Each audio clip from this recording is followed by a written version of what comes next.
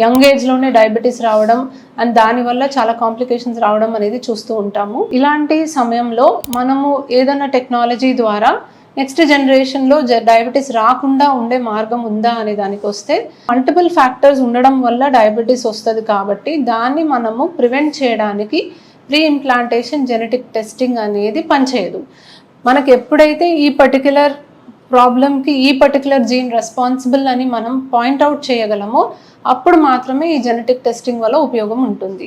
ఒక type of diabetes monogenic diabetes అంటాము. So maturity onset diabetes of the young or neonatal diabetes కొన్ని genes, specific జీన్స్లో mutations వల్ల వస్తుంది కాబట్టి అటువంటి ప్రాబ్లం ఉన్న వాళ్ళకి మాత్రమే అది నెక్స్ట్ జనరేషన్కి పాస్ ఆన్ అవ్వకుండా pre implantation genetic testing PGT-M మనం చేసి మనము నార్మల్గా ఉన్న ఎంబ్రియోస్ని సెలెక్ట్ చేయడానికి ఛాన్స్ ఉంది.